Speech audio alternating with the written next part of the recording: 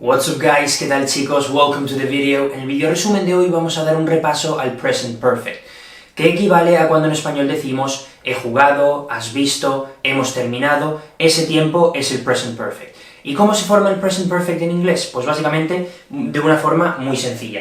Primero vamos a tener que poner el have o el has, dependiendo de la persona de la que hablemos. El have para todas las personas, menos para el he, she o it, que utilizaremos el has. Para cuando hablemos del he, she o it, o siempre que hablemos de una tercera persona, es decir, de alguien que no está en la conversación, que no es ni quien habla ni quien escucha. Y después vamos a poner el participio. Aquí no importa saber qué es un participio, sino lo que quiero que sepáis es cuál es el participio de un verbo.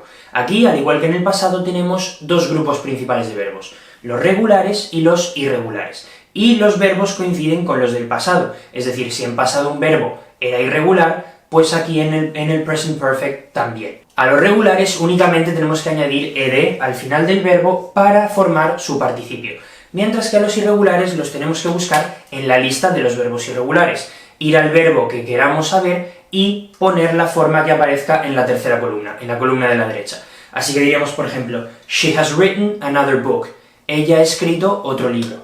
Aquí con el has, porque estamos hablando de ella, con el she, y luego written, porque written es el participio del verbo write, que como veis es irregular y por eso el participio es una palabra totalmente distinta. A la hora de formar oraciones va a ser también muy sencillo, como siempre, tres tipos de oraciones. Las afirmativas, como ya hemos hecho aquí, vamos a colocar primero la persona, luego el have y el has, y luego ya el participio. En este caso, como watch es un verbo regular, simplemente añadimos ed. Diríamos, they have watched every episode. Ellos han visto todos los episodios. Podemos decirlo así o podemos ponerlo también de forma contraída. Así. Igual que aquí podríamos decir she has o decir she's con el participio. Cualquiera de las dos formas es correcta. Para las negativas diríamos they haven't watched every episode.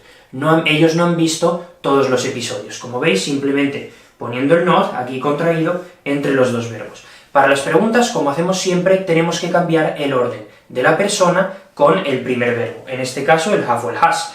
Así que diríamos, have they watched every episode?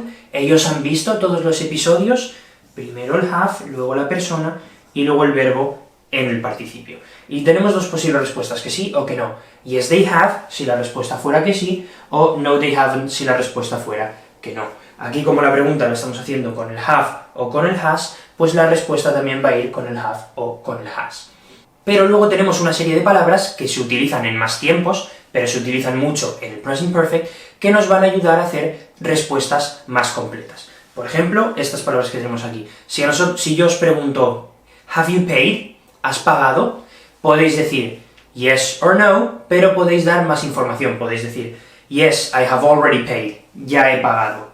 I have just paid, justo he pagado, acabo de pagar, para hablar de cosas que han ocurrido hace muy poco tiempo. Podemos usar la negativa y decir I haven't paid yet, no he pagado aún. O podemos decir I still haven't paid, todavía no he pagado. Son distintas formas de responder. Con el ya, con el justo, con el aún y con el todavía. Como veis, estas dos para respuestas afirmativas y las ponemos en medio de los dos verbos, el yet para decir que aún no hemos hecho algo, para una negativa, y lo ponemos al final, y el still para una negativa también, pero lo pondremos al principio. Otras palabras que se usan mucho también en este tiempo son el for y el since.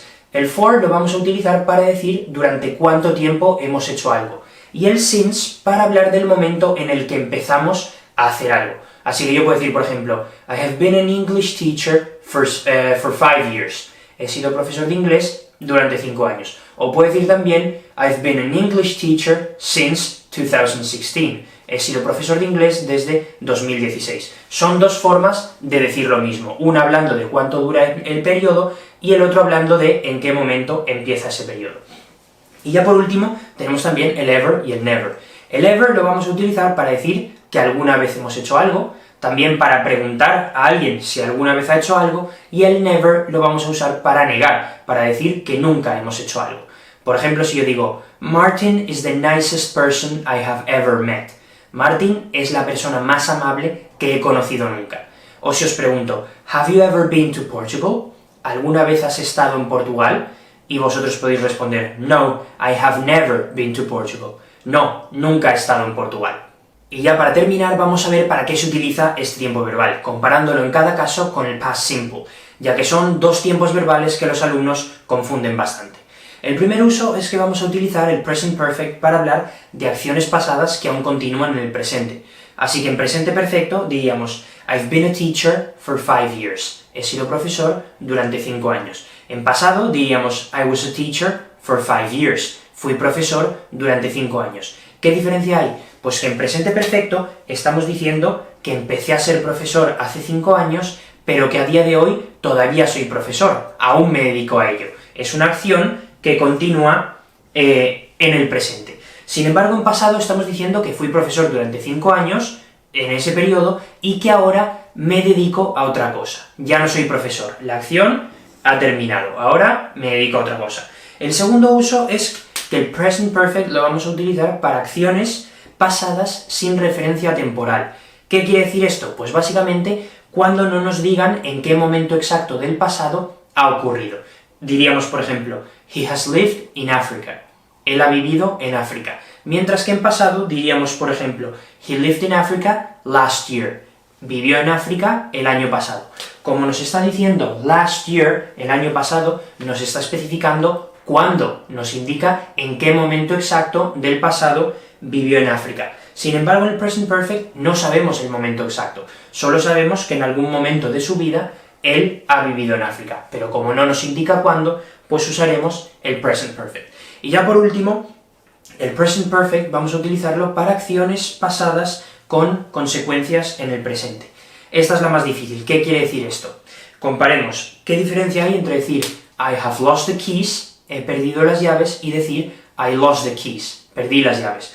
Pues que el present perfect está diciendo que perdí las llaves en el pasado, pero que en este momento todavía no las he encontrado, siguen perdidas, todavía no puedo entrar en casa.